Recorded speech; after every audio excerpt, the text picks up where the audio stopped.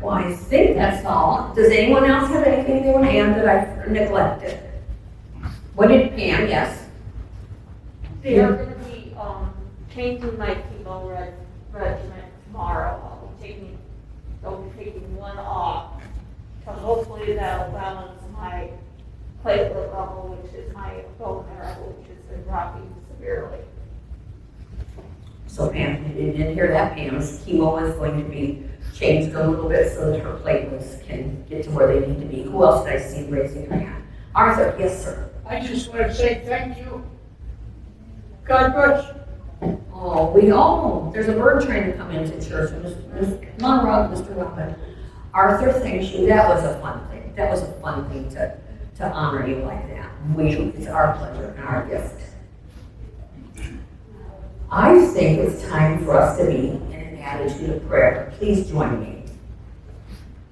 Father God, we are thankful. Today, as we gather here, we are thankful that the times and the tide have changed so we could gather here and worship with you. We thank you for the ability to broadcast this worship to others and to take your word out to the world. We thank you for everything you've given us. And I know that we often act like we're not thankful. So when we come together today in this neighborhood of Christ, we remember that you love us and you care for us. And that's our grounding place. That's a good thing and a right thing that we're able to come together here. So Father God, we invite you to be among us in the midst of our prayer and our thoughts today as we say the Lord's Prayer. Our Father, who art in heaven, hallowed be thy name. Thy kingdom come, thy will be done, on earth as it is in heaven. Give us this day our daily bread, and forgive us our trespasses, as we forgive those who trespass against us. And lead us not into temptation, but deliver us from evil. For thine is the kingdom, and the power, and the glory forever. Amen.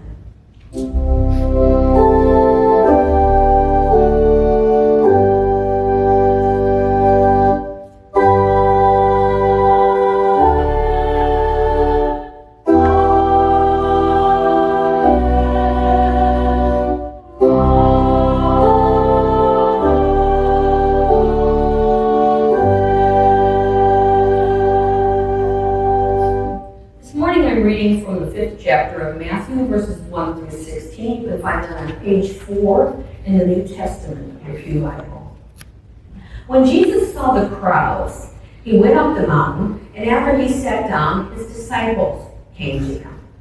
Then he began to speak and taught them, saying, Blessed are the poor in spirit, for theirs is the kingdom of heaven.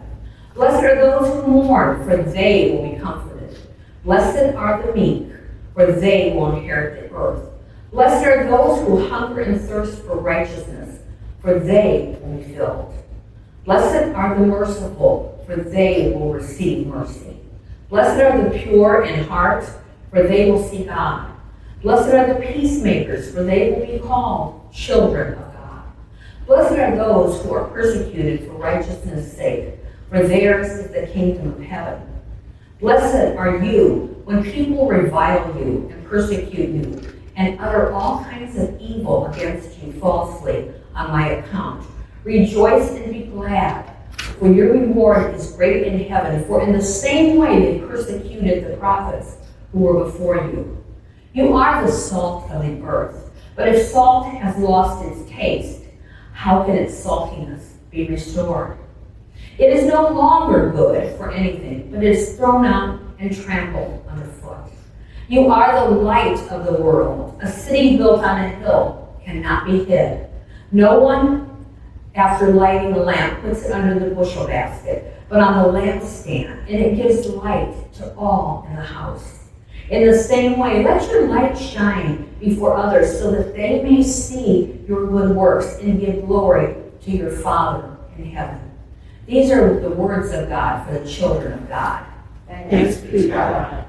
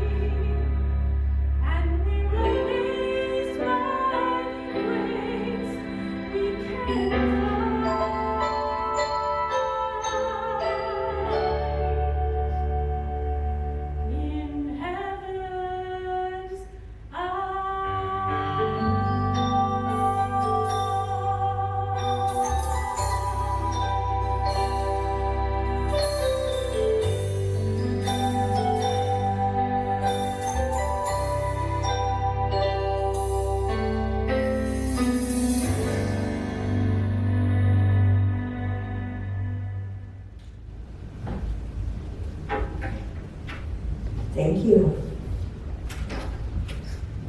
It's a beautiful day in this neighborhood, a beautiful day for a neighbor. Would you be mine? Could you be mine? Won't you be my neighbor? We have a new neighbor in Marguerite's house over here. So if you're going by, say hello. I didn't see them out today, but we need to welcome them to the neighborhood. Mr. Fred Rogers changed our lives. He was an earthly person who you could turn to for acceptance and understanding if the rest of the world wasn't understanding you. From 1968 to 2001, whether you happened to be a PBS subscriber or just a viewer, you could see him on TV. And following this always welcome song of invitation, Mr. Rogers would share events with his neighbors. Those expected to be included were the royal family, King Friday, Queen Sarah, and Prince Tuesday. Everyone was part of his neighborhood. He in turn entered our lives through our television sets. He shared this message, go and be a neighbor. Go and do likewise, as Jesus said.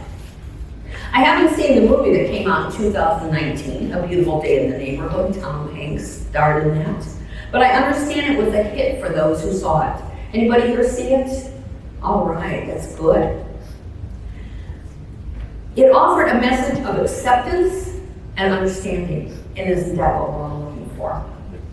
That sounds just like someone that we personally trust with our utmost thoughts, dreams, desires. Jesus shares a similar message in Matthew 5 as I read. Blessed are the poor in spirit, theirs is the kingdom of heaven. Blessed are those who mourn, for they shall be comforted. Blessed are the meek, blessed are those who thirst for righteousness' sake. Blessed are the merciful, for they will receive mercy. Blessed are the pure in heart, for they will see God. Blessed are the peacemakers, they will be called the children of God. And blessed are you when people revile you, your reward is great in heaven. And we don't think of a lot of these attributes as being blessings, and yet Jesus is telling us just the opposite. Reviews are always written about the release of a new film. One journalist tells us that no matter who you were, whether you were a doctor, whether you were a celebrity, whether you were a CEO, an educator, everyone took something home from Mr. Rogers' film and his messages through the years. He said Mr. Rogers wanted us to remember what it was like to be a child. So he could talk to us. And it wasn't that he was being demeaning, it's just so he could talk to us on that plateau of childhood where we're a little more accepting and trusting. And he would talk to anyone, believing that if you remembered what it was like to be a child, you would remember that you are a child of God. Last week we talked about the helping gift, and during that time we discussed the parable of the Good Samaritan. And as we said here, it's a beautiful day in the neighborhood, a beautiful day for a neighbor. Would you be mine? And as a pastor, encourager, and an educator of children, Fred Rogers focused on being kind and inclusive. His work in life focused on teaching. The scriptures, let me not jump ahead. Remember Whitney Houston, maybe Mr. Rogers listened to her song a little bit because it might have been after the fact, but she says, I believe the children are our future. Teach them well and let them lead the way. Show them all the beauty they possess inside. Give them a sense of pride. Mr. Rogers did that. He gave you a sense of pride. He made you feel important. And I thought about it. I was going to put on my cardigan, take off and put on different shoes just like he did, but I never got that going today. But that's what he did. He welcomed you to where you felt comfortable, to that level of life where you felt comfortable. Betty tells me she gets home, she puts her slippers on. Mr. Rogers was just doing what's comfortable for him and for you. And he did welcome us. Now, scripture in Matthew 10 says, anyone who welcomes you welcomes me. And anyone who welcomes me welcomes the one who sent me. Whoever welcomes a prophet as a prophet will receive a prophet's reward, and whoever welcomes a righteous person as a righteous person will receive a righteous person's reward. And if anyone gives a cup of even cold water to one of these little ones, who is my disciple, truly I tell you, that person will certainly not lose their reward. This is from Matthew 10, verses 40 through 41. Matthew used the phrase, little children. And maybe he was talking about children, but maybe he was also talking about his disciples, those new to a faith community, those young in their beliefs, those at risk in the world. We know it was definitely about inviting others on the journey that we're on, with us taking care of their needs and taking care of the least of the little ones. Jesus took a great deal of time preparing his 12 disciples to go out to the world. Have you ever been asked to teach something to someone? Who's been asked to teach something to someone? Come on, I know there's a lot of you. Very good. Well, I remember in LaPorte, they said to me, well, the children want to learn to crochet, let's do that. And we were doing intergenerational type activities. So we had a lot of people that needed to learn to crochet, and a lot of children with crochet hooks and yarn. And it's not as easy as it seems when you've got a lot of people that aren't acclimated and don't know how to do that. Like it's a brand new skill. But we managed, and after we practically got done, and the children were so thrilled with this chain that they made that could come from here to the end of the sanctuary, because they did that. But one of the little boys then afterwards says, when are you going to teach us how to crochet left-handed? Who would have thought that we had somebody that was left-handed? So one of the ladies had done that, and she said, I'll sit across from you. Then what I do, you do. And it's like a mirror type thing. So that was an interesting thing. Okay, maybe I got that down.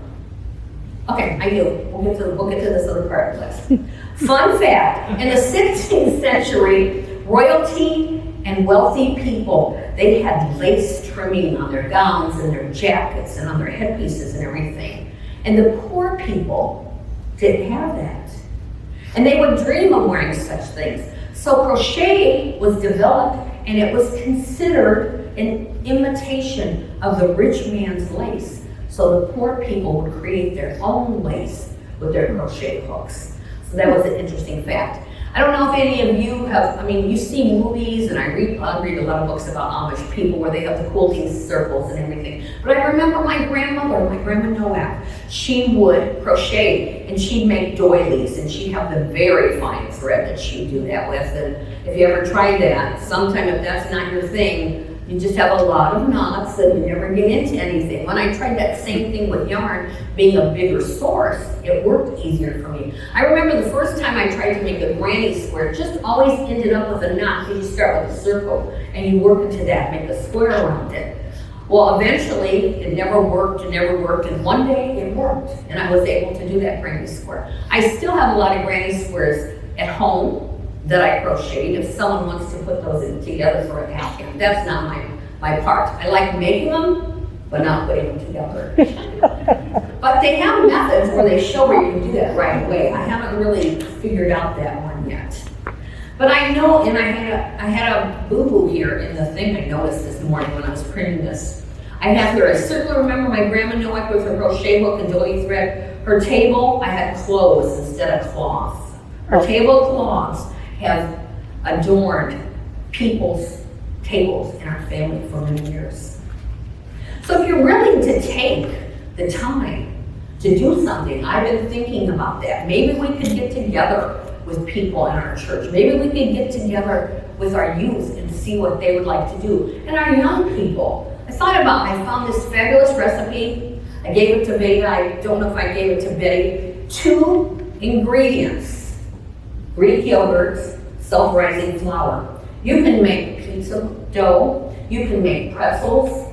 You can make, I'm trying to think what else they have. They have all kinds of things where you can make it out of that with these 2 ingredients.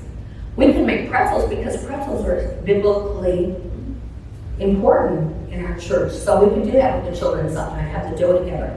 So I thought it would be neat. know, we've got cooking things we can do. Needlecraft, knitting, crochet, cross stitch, quilting, sewing, home decorating, and whatever you might need to know. We've got a lot of people probably that can instruct us how to take care of our finances like Dave Ramsey has. And that wouldn't hurt anybody to listen to those type of things. So, last week we were talking about Jesus. And in his true fashion, Jesus turned a legal question by a lawyer upside down and turned it around to a discussion of love, not law. And on that road from Jerusalem to Jericho, the attacked man was shown love. We too need to show love, and love needs to prevail. It's a beautiful day in the neighborhood. I like the story of the Good Samaritan because that thing should be what our neighborhood is all about.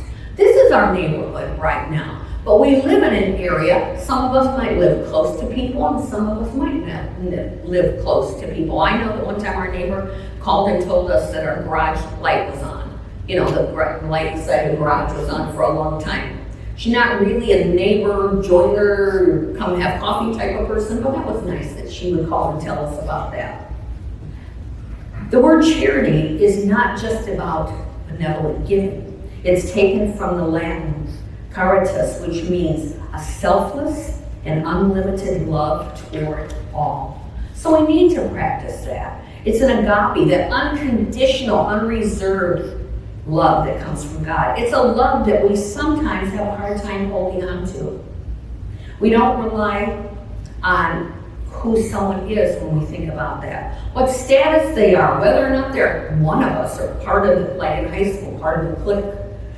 You see, that type of love is what Jesus is talking about in this parable and so many others. We're called to enter our neighbors' lives and allow them to enter ours. Love of God and love of neighbor are inseparable. They're right there together. Meaning we can fully be human in the image of God. There's an African proverb that says, I am human only because you are human. We need to see one another as neighbors in order to experience the community that God has created for us. We're all part of the neighborhood. It just depends on which neighborhood. And when we come here, we're part of this Rolling Prairie United Methodist Church neighborhood. We're called to be a part of each other's lives. Go and do likewise, it says in the Bible. Would you be mine? Would you be mine? Could you be my neighbor, Mr. Rogers says. All of us are asked in the past, and when we listen to the Good Samaritan, who is my neighbor? Those who are called to enter and invite, are called to enter and invite our lives. Now, do you see a person sitting in the pews in front of you? Look, well, okay, so these people can look up. Most of them can look up. Betty can look at me. Look at us over here.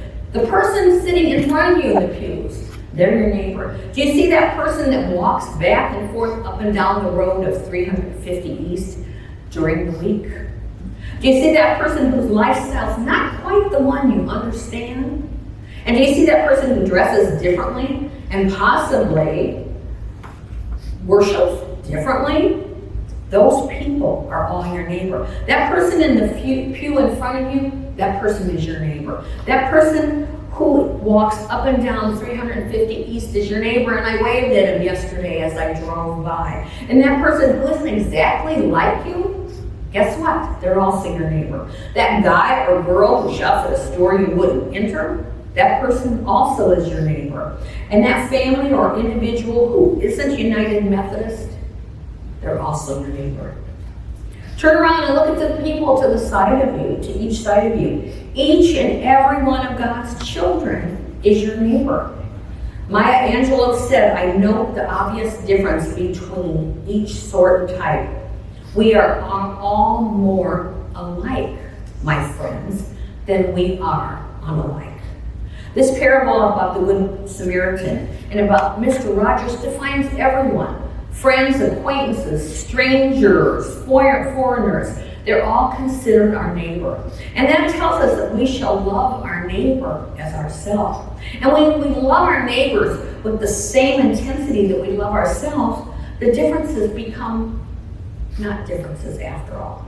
The road is no longer too wide to simply pass on the other side like the Good Samaritan parable. Yes, sometimes being a true neighbor is controversial, and even sometimes it's dangerous. And sometimes being a neighbor means risking or even giving up part of yourself. Henry Nouwen said that only when we have the courage to cross the road and look into one another's eyes, we can see that we are children of the same God and members of the same human family. I'm going to dismiss you today since we really don't have any ushers, but before I do that, I want to tell you that it's a beautiful day in the neighborhood, a beautiful day for a neighbor. Would you be mine? Amen. Our last song is one I don't know that we've even sung yet in church, but we might have. And it's with the times and what's happening and everything, I thought was appropriate. It's entitled We Shall Overcome, 533. I'm going to invite you to stand if you're able. We're not going to dismiss until after our party prayer that we sing together, and I'll stand in the back and dismiss you appropriately. We shall overcome.